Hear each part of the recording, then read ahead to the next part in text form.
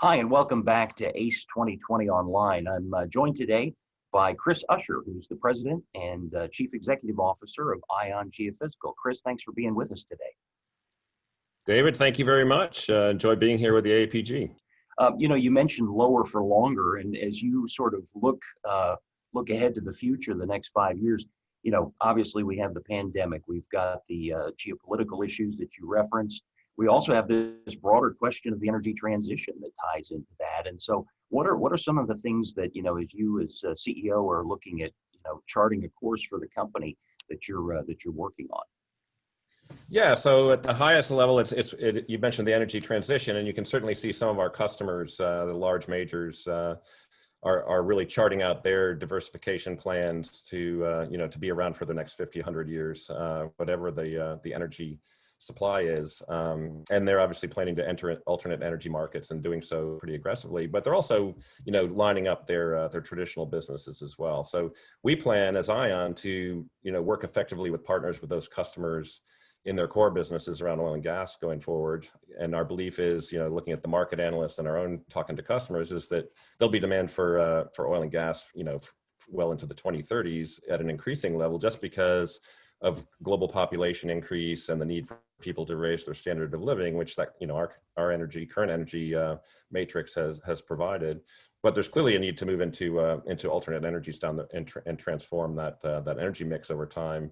And we plan to diversify ION as well. We may not necessarily provide solutions in the electrification of vehicles or any of that kind of stuff, but we do look to diversify the company into the future. So we keep our foot in the where it makes most sense in the E&P side, but also to get into some adjacent markets like ports and harbors, areas where our technology stack around devices and software in particular are resonating. The issue of technology, you guys are a data and technology company, providers. How are you sort of positioning the company for these next several years as you look at these opportunities?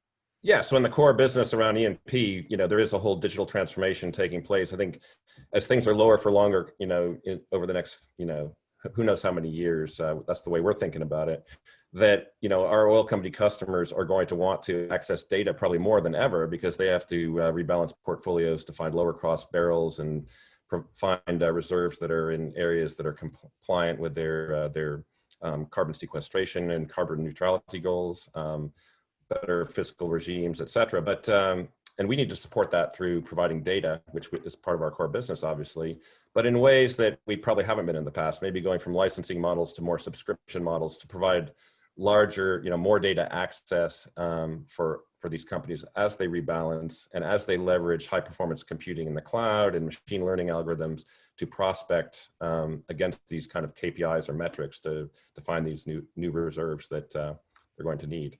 So we want to be part of that. I'm sure some of our partners and competitors are doing the same, but we see it's important to be able to provide lower, data at a vaster scale at a price point that these guys can afford with potentially reduced budgets, so that we all, remain vibrant.